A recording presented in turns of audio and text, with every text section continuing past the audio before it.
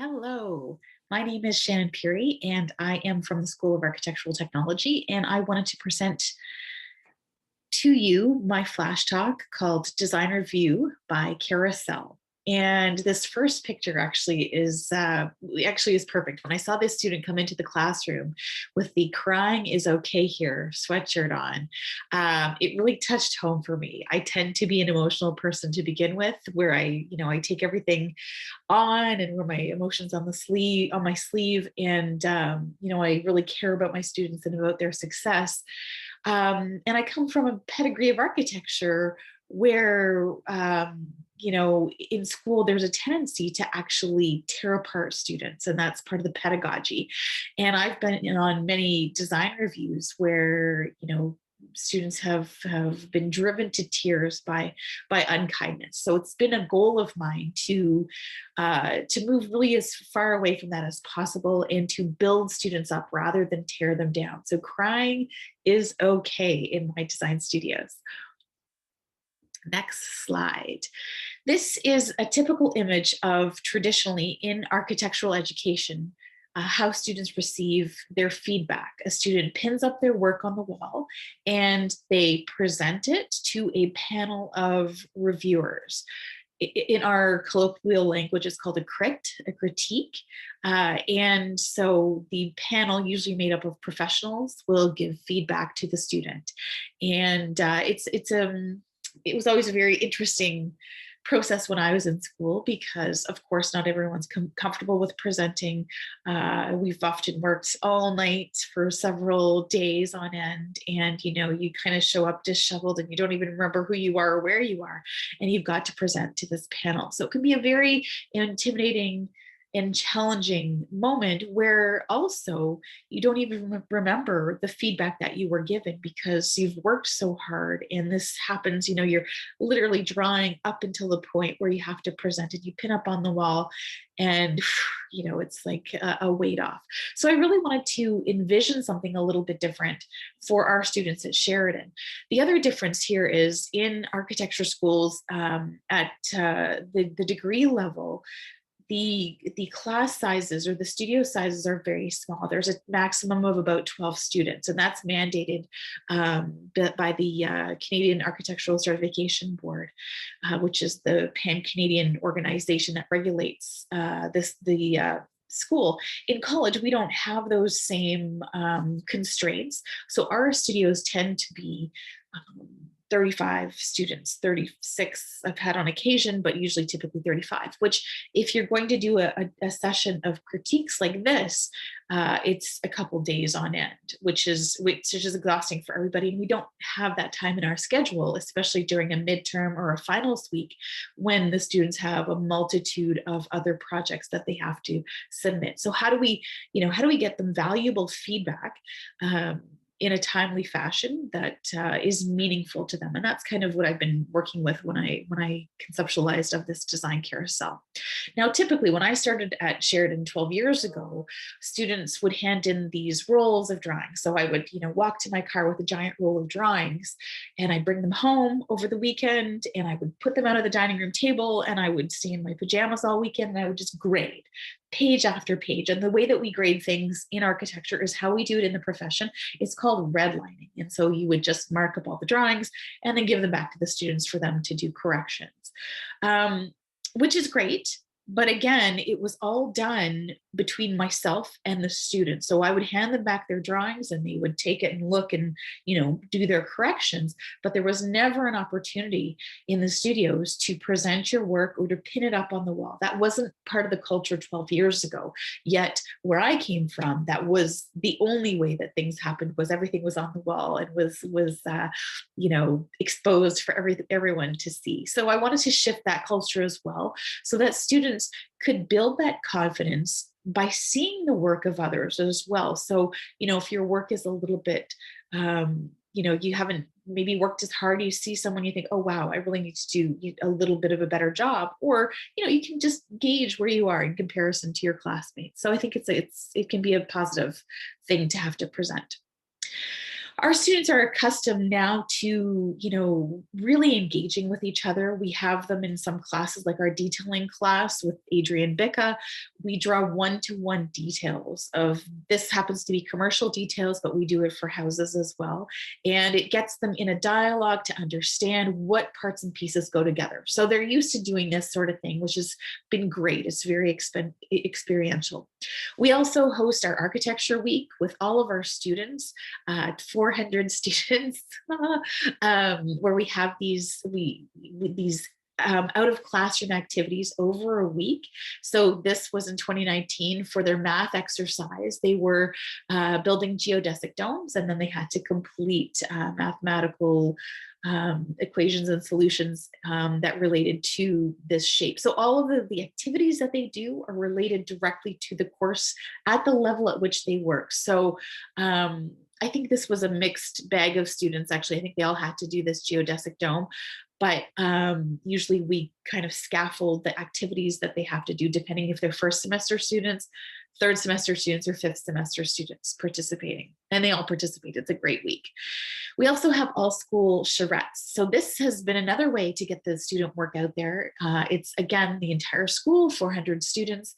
They make their own teams. We give them a design problem. We have a guest speaker come in and talk to them. And usually the problem relates to sort of the area of the guest speaker.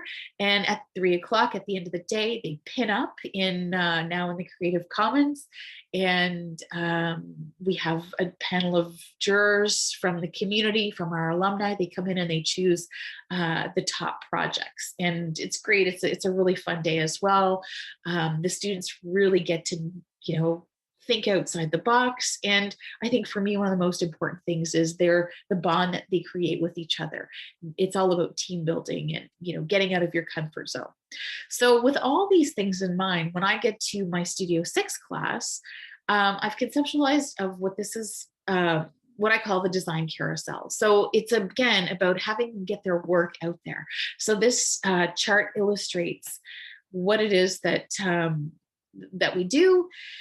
The students they make their own groups. They all work individually. This is their final design studio before they graduate. So it's their 6th semester architectural studio. They all work as individuals, because by this time I feel like it's sink or swim. They should be able to, they do a lot of group work leading up to this in their previous studios. But at this point, I want them to be able to create something great that they've invested in for their portfolio, that's a standalone piece that's done by them. So the students are the pink dots. They group themselves in just groups of 3 or 4.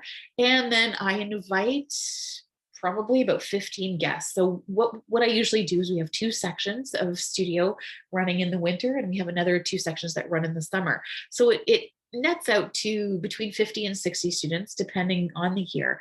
So that's a lot of students to review. So we put them all in one room, and usually, 12 to 15 guests will come. So what I try and do actually is have enough guests so that when we start, each group has a guest. And so then I'll put on a timer and I'll say, okay, you have 7, depending on the number of students and the number of guests, I'll say, okay, you have 7 minutes to talk to the students. So ahead of time in previous classes, the students have practiced their pitch. They've got a minute to give their elevator pitch about their project. And then the rest of the time, and I tell them this, don't talk the entire time. It's important for the guests to give you the feedback. So if student A gives their elevator pitch, and then they get feedback from our guest, who's someone from the community. The other 2 students, their job is actually to record what's being said. One of them will record what's being said, and then the other person will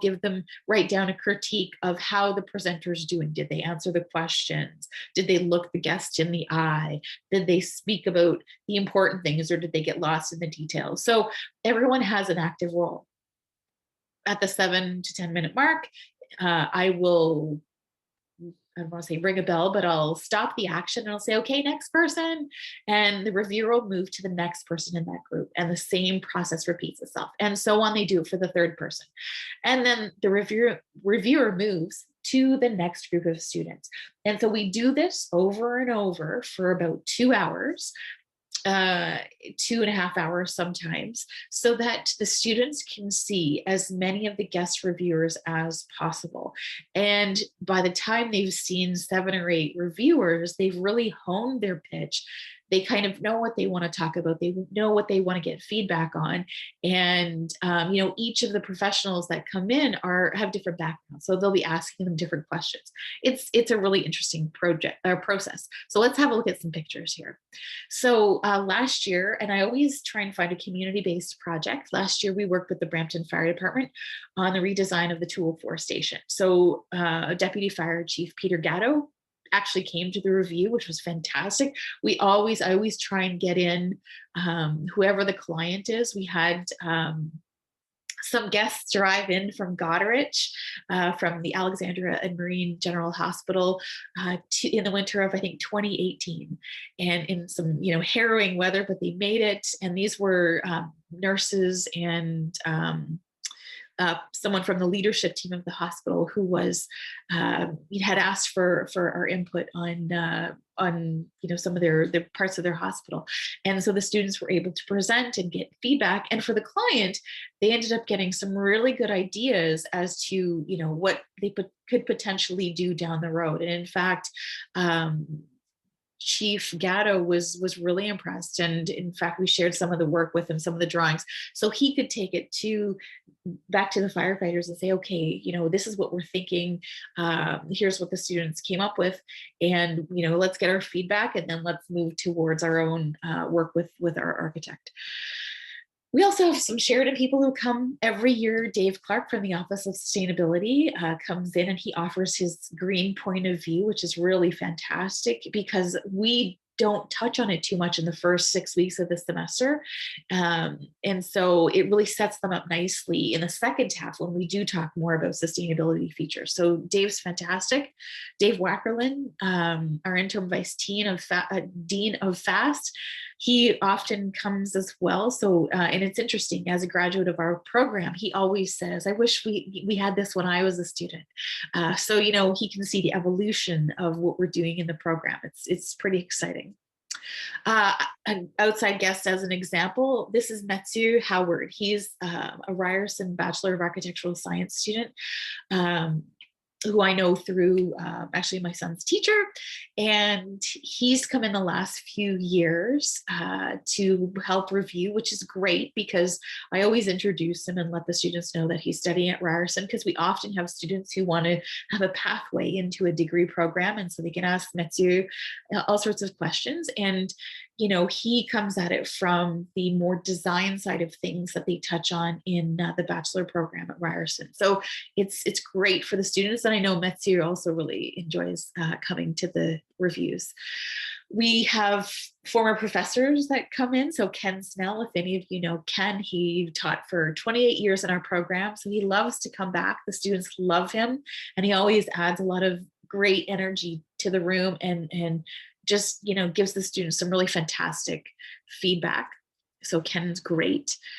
We have a lot of alumni. So Connor Fife White is a graduate. Kevin Saunders is a graduate. And I think he might have been in the first class when we did this back. I think the first time I did it was when we were still at the Davis campus in 2007. So I think Kevin was part of that first group. And it's evolved a fair bit since then. But he comes back every year to share what he's doing with us, and also to help the students. Callum McMillan is another fantastic standout alumni, always has great feedback for the students.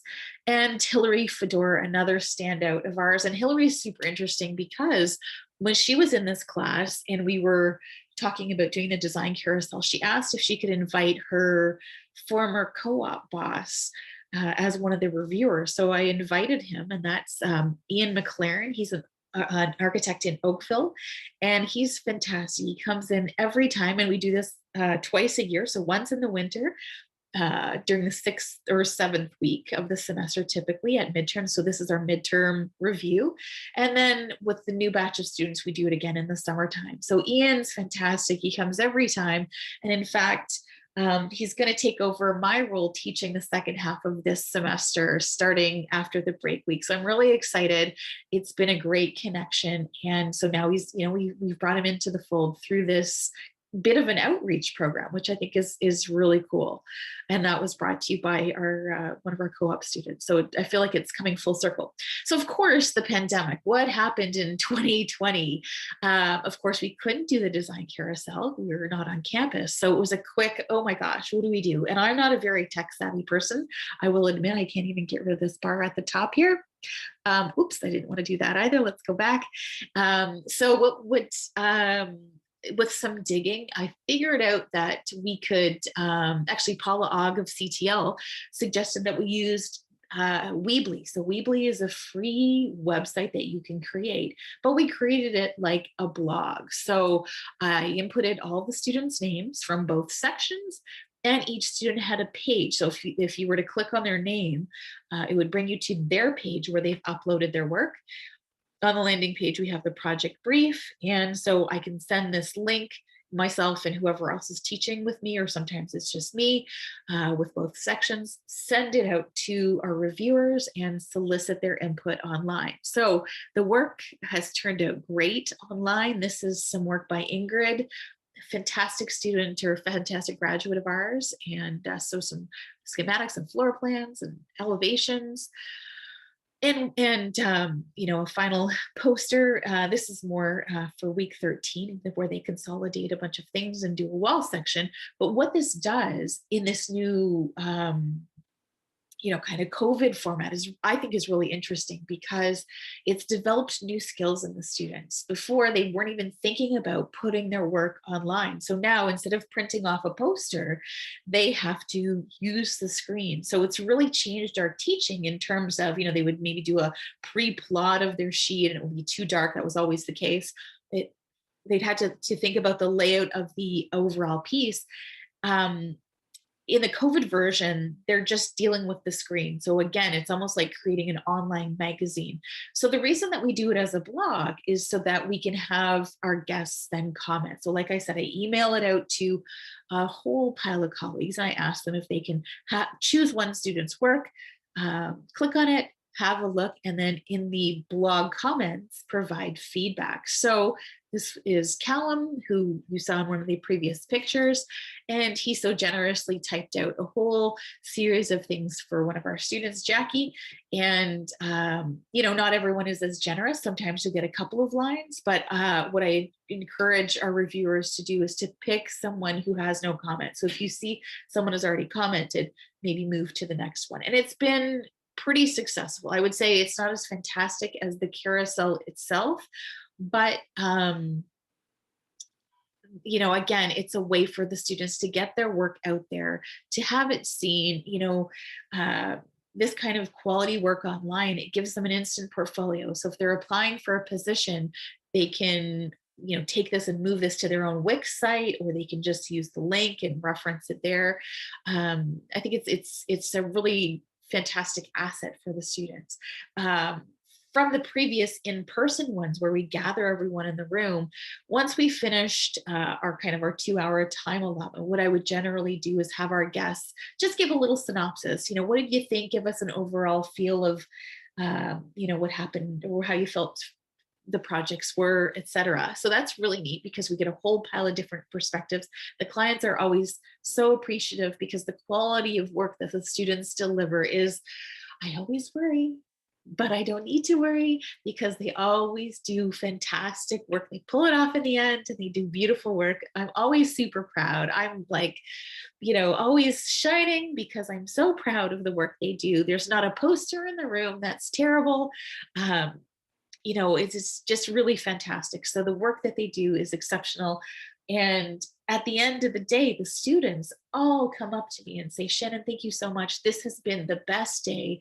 We've gotten so much in return. They're so appreciative of seeing so many different guests. So it's great, because the guests are coming at them really quickly, lots of different perspectives. And the guests are interested and they're excited. So it really matters to the students. It makes them feel valued, and they can be super proud of the work that they've put up on the wall, and super proud of the work of, what they're now doing in our COVID website. So this year, actually the students' deadline is tonight, and they're working on this great adaptive reuse of a mill up in Paisley, Ontario. So another real world project. It should be online as you're watching this. As you're watching this flash talk, I should be grading the work. Maybe I will, maybe I won't, maybe I'll have a nap. Anyway, if you want to have a look at the work, there's the website, and this is the work that the students have done in the past 6 weeks. I hope that you're impressed as I am. They've done some really great stuff, but what's most interesting is that it really builds their confidence. And when I went to school, the kind of the methodology was the idealization of the architect as the starchitect. You wanted to be that top student and the one who had the best work on the wall. What this does is it creates a sense of collaboration instead with our students, where they see each other's work, they're collaborative, they give each other feedback, and it grows their confidence instead of destroying their confidence. So I'm thrilled about this, and I think they are. And I know that, once we get back to being in person, I think we'll have to do almost a hybrid where we do have, if we can't have everyone in the same room, we'll have people back. But I don't want to lose the value of having everyone's work online as well. I think it's a great asset for everyone. So that's it. That's my flash talk. If you have any questions, please feel free to reach out. I'd love to talk more about this. Thanks very much. Talk to you soon.